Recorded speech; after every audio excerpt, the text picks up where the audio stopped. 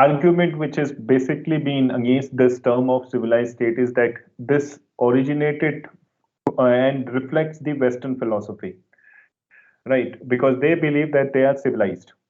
Though for a greater part of their own history, they have been continuously, and even after civilized, claiming themselves as a civilized state, they were involved into various like kind of activities which do not term them to be a civilized, right? Because it's a very difficult term to associate with any particular state. They claim themselves as civilized post Westphalia like treaty, but they were continuously engaged in wars. They were continuously engaged with measures like colonization. They were continuously engaged with various other practices that do not attribute to a state claiming themselves to be a civilized state. And then thereafterwards, with civilized states, what they argue is that their understanding of laws and their adoption of laws and their method of like taking laws with like sharing laws within the society is far better compared to other states which are still in a process of developing laws, right? So for them, when they came, say Britishers came to the parts of India, by and large, if you look into the various historical texts, you will find out that they were amazed by the manner in which Indian society was existing at that point of a time. Right? They had doubts, serious doubt with respect to the manner in which our state has been in existence. Right? They had lot of doubt with respect to the manner in which we were taking care of civil and criminal matters, because largely those were customary practices or usages. Right. So they found it amazed, and they said that this is all signs of an uncivilized state. So in that sense, many scholars have doubts, and they have serious doubts with respect to the use of civilized state, wherein they were also in that process of learning about laws. Right. In the early part of 17th and 18th century, the British Empire itself was not clear enough whether they should have written laws or not. And as a testing ground, they introduced written laws in India, right? As a matter of test, we were provided with written laws. Not It was not a case that our society was not governed properly, even without written laws. Much like their own society, which did not had a written law, because they were also following practices of using customs, giving preferences to customs usages in their own society. But they wanted to have this testing as well, that in order to advance the argument of rule of law, there must be a information about existing laws, and the result of those particular tests were far better, comparatively better, and that accordingly they also introduced laws in their own society. So for us, like bringing a criminal law in our society was a test, bringing contractual laws and all others, whereas in their own society they were continuing with their like earlier customary practices. It helped both of these two societies. So there was this serious doubt with respect to use of term called civilized states. Right. What does they mean by civilized state? Right. By entering continuously at war with other state, does it mean civilized state? Or like there was no clear cut answer to this, and claiming their own like civilization as far better over the civilization of others, that are not attributes that you can assign against a civilized state. That was the reason, right? And one of the reason for reaching to this argument of civilized state is that they had, prior to our understanding of independent state, learned the habit of what can be termed as an independent state. Because of that Treaty of Westphalia, for the first time in the history of world altogether, states were recognizing other states, and they said that these are signs of civilized states. Right. So there are various doubts with respect to that attribution. That's why I've been using this. More of that particular aspect we'll learn again, because the reference of civilized state is still there in a text of a very important document, ICJ's document itself, under the heading of sources of international law. Right. So therein also we'll refer to this particular text and have a critical analysis of it. Right. Why the world, the other part of the world, the third world and the developing world do not, or the scholars from these part of the country do not find it good enough to be used in international documents as an authority, as a proclamation that their society is a civilized state comparatively to others, right? Because whatever customary practices, it's part of that particular source of customs, wherein they said that the customary practices part of civilized states are sources of international law. There were many customary practices which were followed in other parts of the world as well, not reflected in those particular documents. So in that sense, so we'll come to that particular part again, right? Am I clear to this extent, Vitavi? Yes, sir. Okay, chalo. So how does this international law develop? Because I have already informed you in the last class itself that there is a thought which believes that international law by and large developed post 15th century. And this is largely being seen in the work of Stark. If you have the copy of Stark's international law, you will find out a greater, at least roughly around 2 to 3 page, wherein he's arguing that international law prior to 15th century was no law at all. It was law which has very lesser importance, right? And he gave reasons for that as well. If you look into the work of Malcolm and Shaw's work of international law, you will he argues that international law was already been in existence much prior to what has been like authoritatively been claimed on many other work of various other jurists.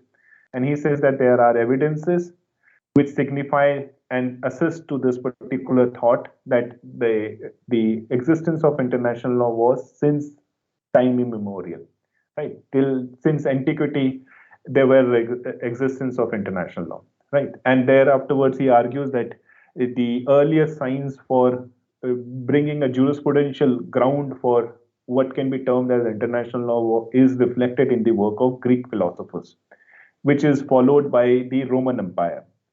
Roman Empire is a very interesting. Just a second. So, what happens with respect to Roman Empire? What since we have already covered this in the previous class as well, that when the Rome Republic accepted the groundwork of Greek philosophers and brought out this document of Jus Gentium, Law of Nations, or they transferred this particular realm of international law into the hands of priests, right? And that's the second phase of natural laws as well. If you have studied the history of natural laws and the scholars of natural law, you will find out that it has been bifurcated into four parts. First is the classical period, wherein you will find argument of philosophers like Aristotle, Socrates, right? Then there comes the second phase. And this is the phase which is greatly been influenced by scholars of Rome, right? Or later on as well, who were greatly influenced by the work of Roman scholars. I have already given you example of Saint Augustine or Thomas Aquinas. They were both priests. Now the reason for this second phase of natural law school is natural law school works on the pedestal of what is morality, right? So it's test law from the perspective of morality. If it is morally correct, it has all the possibilities of acting as fair, reasonable, and just. And what is morally correct, according to the scholars of natural law school, is something which is of law of the highest order, right? And then somebody asks them what is law of the highest order. They have different arguments. The philosophers, Greek philosophers, believes it on the basis of morality. Then you have Roman scholars who argues it from the perspective of religion. Then you have Renaissance period, which says that it has to have logical, understanding from reasons, right? And then you have the last phase, right, which believes it from the perspective of rights. So all these things. So natural law school has different phases, and it's the it's the earliest of schools that came in existence, right? And that is an important phase. So you have Rome scholars who have granted this, brought out this religion into international law. Now this is important because when we'll study these philosophers of 15th, 15th and 16th century, you will find out that they outrightly rejected involvement of theology into international law. And that was one of the greatest effort that has been made by scholars of the world, right, of international law, that they outrightly rejected the involvement of theology into the work of international law. And similarly, like if you have studied criminal law as well, the in India itself, there was involvement of criminal law with religion prior to the commencement of like this Indian Penal Code. Britishers learned this particular fact, and since they find it very difficult to handle various religious criminal laws, what they said that with criminal law there should not be any attribute of religion, and that is a remarkable work which they have done to the Indian society. We know how difficult it is for our laws to like go out from the realm of religion altogether. So that's an important effort which they then that criminal law is a secular law altogether. Whoever commits this offense will be punished not according to the religious laws of that particular persons alone, but according to the laws that has been propounded by a secular state. Similarly, the efforts were made in 15th and 16th century by scholars of international law as well, wherein they argued from the perspective that it has nothing to do with religion. But Romans, they made every possible efforts of attaching international law with the religion. The reason is that when there was this interaction that was taking place between the foreigners and the diplomats of various states, the laws which has been made for regulation and functioning of this group were prepared by priests, right? In the last earlier slides itself, I was reflecting on this. Like they were prepared by priests, 20 priests, fetials, right? And they brought out their own law in this particular regard because a lot of exchanges were taking place, and that ultimately resulted in culmination of a law known as sacrum or us fetial, right? So they brought religion into international law, which is not what was accepted by the time 15th century came. A great reason for this is the third phase of natural law school, which is the period of Renaissance, scientific development, reformation, right? Change, that particular phase, right? So science came into picture. Now they say that there has to be some logical reason behind acceptance of a law. We cannot accept law just because it has been proclaimed by, like, or been proclaimed on behalf of God by church, or has been like granted by any particular ruler. There must be a logical reason why a law comes into a particular society. And you will see that this was a phase when positivists were also emerging, right? Positivist law school emerged, analytical law school emerged, right? Because analytical law school is analysis of law. It brought all the like arguments of science to it, that there must be some reason why a particular law exists in a society. There must be a reason why law is being made for the society, right? Just because somebody wants a law merely will not suffice. Right? There has to be some reason why law exists in a society. Positivist was emerging at this point of a time. Renaissance was also a period which outrightly rejected natural law theory, right? Because by the time Renaissance period got over, positivists were at their like there were many positivists who have outrightly rejected the argument of natural law school, but it revived not from the philosophy of natural law alone, but natural rights. Right? So it's a very interesting argument because the revival of natural law school is on the basis of natural rights. Right? You will find out that post Second World War, because by and large, what is being argued by many philosophers, they said that post Second World War there was a revival of natural law school, right? Through natural rights, because now people were arguing about their rights as well, right? You will have human right, UDHR coming, all these developments coming, right? ICCPR, ICESCR, Convention on Childs, all those emergence of these, right? Humanitarian laws, refugee laws, these laws which were emerging, those were all on the basis of rights, right? The genesis is all part, and you can club them within the meaning of natural law school for that matter. But anyways, now this is what is the argument of Malcolm and Shaw. But Gabriel Stark says that no, international law prior to 15th century was nothing. It was mere law, right? Nobody was interested with this. Malcolm Shaw has different opinion. He has different opinion, and he says that there was no efforts made on behalf of states as such. Those efforts generally gain momentum, according to Gabriel Stark, by 15th century because there was introduction of press. Now the ideas of various scholars were getting exchanged, right? They were in the written form. People were not hearing them through the lectures or through like some sources alone. Now they were in the written form. Those were getting exchanged. Particularly, the greatest development made during 15th century were from Europe, right? They understood science properly, right? Renaissance helped them, right? That they moved very quickly from the clutches of religion altogether, right? And now they have been using those particular like scientific discoveries to their own benefit. They had introduced press for themselves.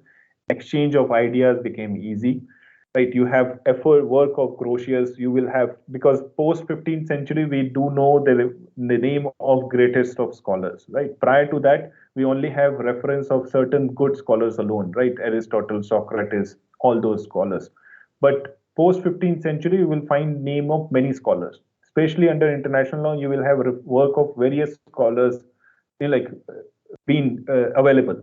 So press was an important work. Development of science was another important effort towards the the making of international law, the advanced making of international law. Then there were these notions of individual rights also gaining importance because you had prior, like this was already there prior to 15th century because Magna Carta by 12th, 13th century, 12th century, all those efforts were being made that individuals were now asking and demanding for rights as well, right? Various revolutions were taking place.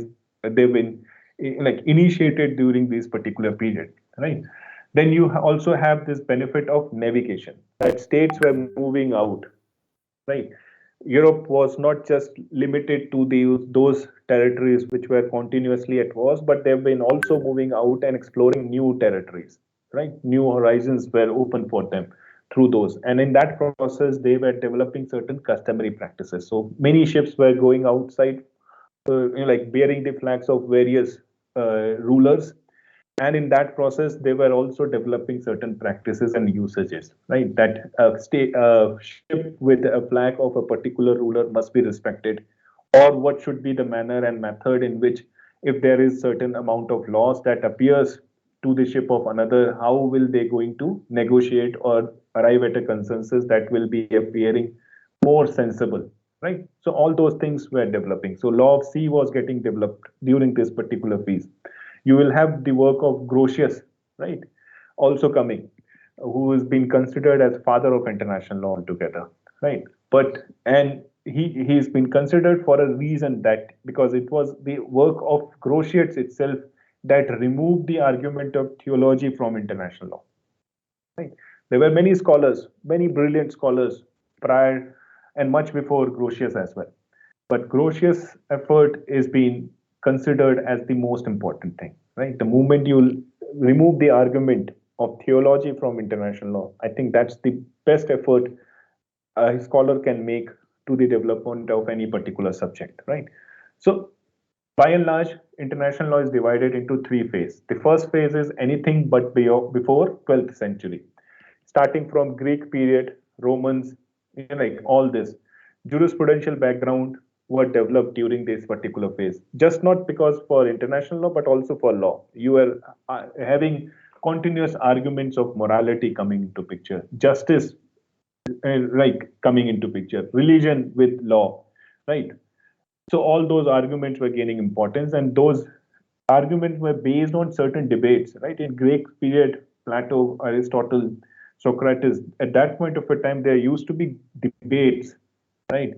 They used to engage into finding a particular logical answer to a particular query that has been raised, right? And it happens to be an open debate, right? And from therein, logical conclusion were arrived at, right? So all those is a first phase, right? You will have efforts not just limited to European history alone, but in Hindu jurisprudence itself. Say, for example, dharma. It's a classical answer to this concept of justice of the Western world, right? If you have studied dharma, you will find out that much of this aspect of justice is associated with dharma. In fact, if you learn dharma more closely, you will find out that justice is just one aspect of dharma. There are multi facets phases of dharma. Justice is just one part of it, but nevertheless we have been taught in such a manner that we give preferences to justice, not to dharma. But dharma is a very interesting piece of document belonging to Hindu jurisprudence, which also argued for just and unjust wars. Right? These are important arguments because one of the reasons behind the making of West Treaty of Westphalia, the greatest of treaty which the Western world attribute to itself, is that they arrive at this particular conclusion since thereafterwards to just and unjust war.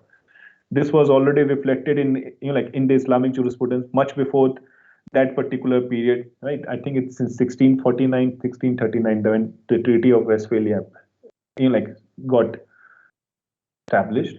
But much before that, even before Islamic jurisprudence, you have reflection of just and unjust war in the concept of in the Indian, in the Hindu text as well, right? So this was always been there. Chinese, jurisprudence is also there because they were one of the earliest of traders, right? So naturally, they've been moving through SIPs, they've been following certain practices, usages, all those aspects, which the Western world outrightly will reject because they believe that every effort has been made on their part itself. Those were never been reflected in the work of the local or other jurisdiction, right? But and this has been outrightly seen, very clearly seen in the works of international law because most of the works of international law will not accept what happened and what development took place in other part of the world other than what happened in Europe, right? So those were all phases of international law. So first phase till 12th century. Since there afterwards you will have second phase. You, as I've already informed, this will include till the 18th century, right? 18th or 19th century you can include till then. You have second phase wherein you developed international law, not just amongst the within the state, but amongst the states, right? It has moved out. You had efforts of establishment of diplomatic envoys, right? Which is an effort that has been made on the basis of practices that have been followed in parts of Italy. Italy in the present time is not the Italy which was there in the history. It was divided into a region which was among various rulers, right? So they developed the concept of establishing diplomatic envoys in others' territory so that it becomes easier for them to share certain information among themselves. So this diplomatic asylum is a creation of Latin America, right? That you can provide asylum to a person who fear persecutions, right? So that is and diplomatically that can be done in the in the embassies, right? So that became the routine habit, a practice that is a source of this particular concept of diplomatic asylum. Diplomatic establishment of diplomatic envoy, you have it seen in the practices of Italian in the territory. So all of that was gaining importance. Supremacy of church was getting reduced, right? Universality of law is something which was given greater importance, right? Because whenever you will speak about natural law school, just a second. Thank you. Whenever you will speak about natural law school, it will always be arguing a case of universality. If you look into the work of Aristotle, Socrates, Plato, they argue it from the perspective of universality, right? Natural law is not a law which is specific to a particular region or a territory, right? If there is right to life is something which has been accepted across the states, right? And this was a phase when nation states were also emerging. Prior to this, there was no such concept of nation state. There were always continuous fight. People were not thinking on those particular lines, but nation state were also emerging. at this point of a time when people were demanding for rights. Against whom you will demand rights? You will demand those rights against a state. When you speak about a state, you will definitely speak about the concept of nationalism also emerging at that point of a time. So many of those aspects, universal, authority of emperors and feudalism was getting reduced. You have sea trade developed. You have growth of maritime law as well, right? Because when ships were moving, naturally this particular aspect was also gaining importance. Renaissance, Reformation, change. This was a phase of development of international law in the second phase, right? And even during this particular phase, you have arguments also coming against theology, right? You have John Bodin, a French scholar. He has been arguing that a sovereign is not by a sovereign is not bound by any law, even by the law that he has been creating, but he is subject of God or of nature, right?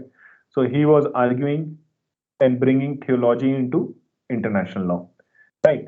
This is being done by him by 1576, right? Then you have other scholars supporting this theory, right, which is largely St. Thomas Augustine, right? And he says that natural law forms part of law of God, right?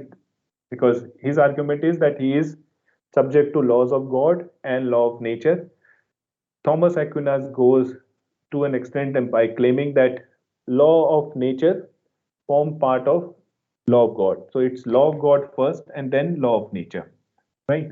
So because and when you look this argument from the perspective of Greek philosophers, they said that it's the morality. It has nothing to do with religion and other factors, right? Equality principles, life principles. These were the grounds on which Aristotle, Socrates, and Plato were arguing a case for natural law schools, right? Because they were available everywhere by the very existence of the nature itself. These were the grounds, arguments they've been saying.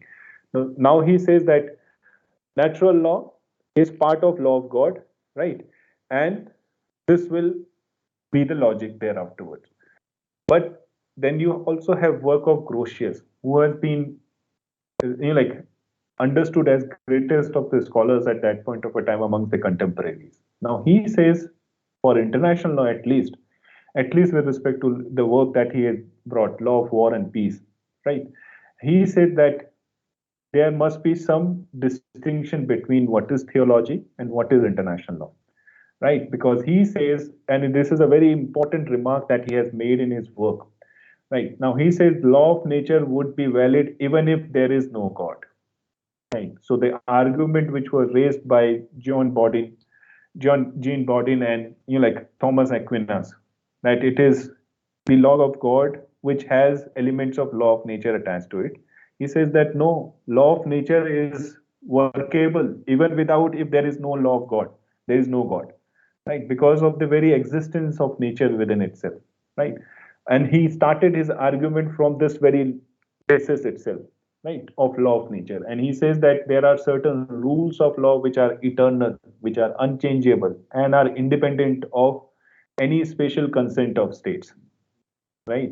And they must be given preferences. So he rejected existence of a sovereign state. He rejected existence of religion into the making of international law by the very nature that they are eternal, they are unchangeable, right, and independent of the special consent of the states, right? So this is his argument. Now he said that he based his rule from the pedestal of a human reason. So he brought reasons into account largely because of that phase of Renaissance and argued that they could be discovered without any knowledge of positive law, right? But he said that there is no involvement of positive law. State are not the factors that results into the making of international law. It is because that there are certain acts which are important for everyone to follow, not because they have been accepted by state, but for everyone to follow by the very nature of law in its by the very nature of it, their law, those laws, those are something which needs to be taken care of, right? So this is what Hugo Grotius made, all part of the second phase. Now comes the third phase, right, of the international law, 17th, 18th century, right, greatly influenced by the work of Grotius. or other scholars. There were many other Italian scholars as well, right? Uh, Many Hobbes as well from like Britain. You will have Hobbes. You will have Bodin from France, John Bodin, which I've already informed. Then Machiavelli from Italy. You will have their work, and they were greatly been influenced. They were greatly influential in the developments of international law since then. Now, with those work, like Grotius says that there are certain unchangeable law, eternal laws, right? Natural law, irrespective of their recognition of the state, they exist, right? So state developed certain theories, and that ultimately resulted into making of certain treaties, right? Because every law which is or every convention, treaties, thought that has been developed, it has jurisprudential background behind it. That ultimately resulted in Treaty of Westphalia, that at least acknowledged the independent status of other states. Right? We'll accept the independent status of other states. We'll respect, we'll acknowledge their territory, not respect. We'll acknowledge their territory. We'll acknowledge their existence as an independent state, and there will be certain rights and duties that we will be attributing as to every state that we have been acknowledging. So that Treaty of Westphalia became a very significant development to the to the further development of international law, right?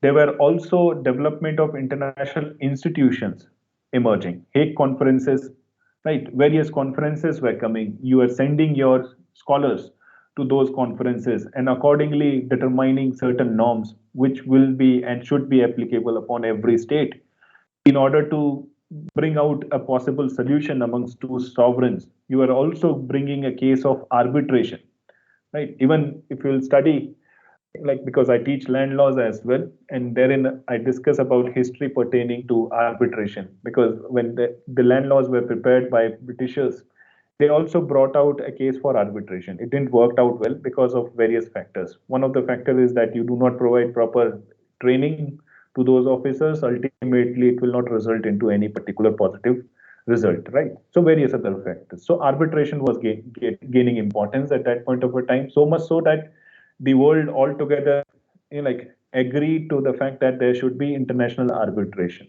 arbitral tribunals.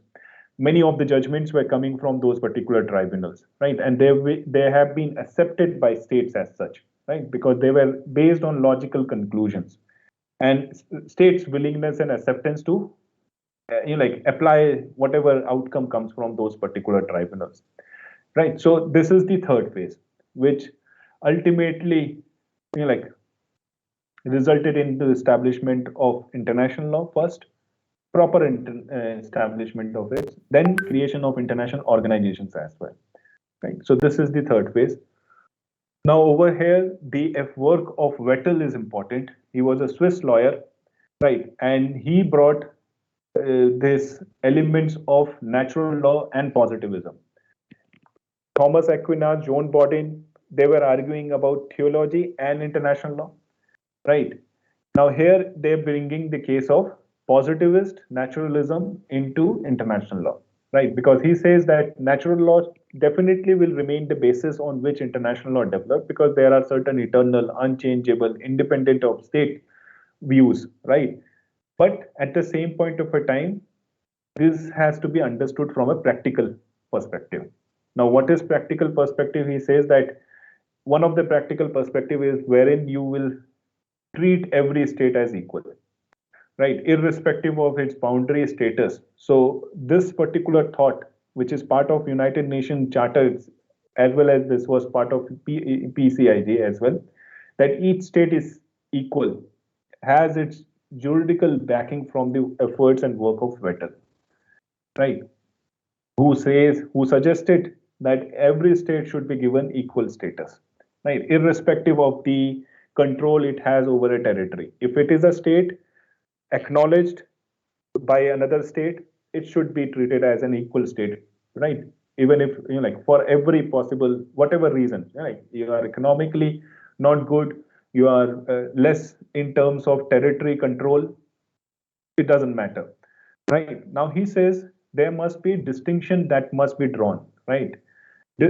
What that must be made, which is between law of conscience and law of action, When he's talking about law of conscience, he's bringing a case of natural law school into picture.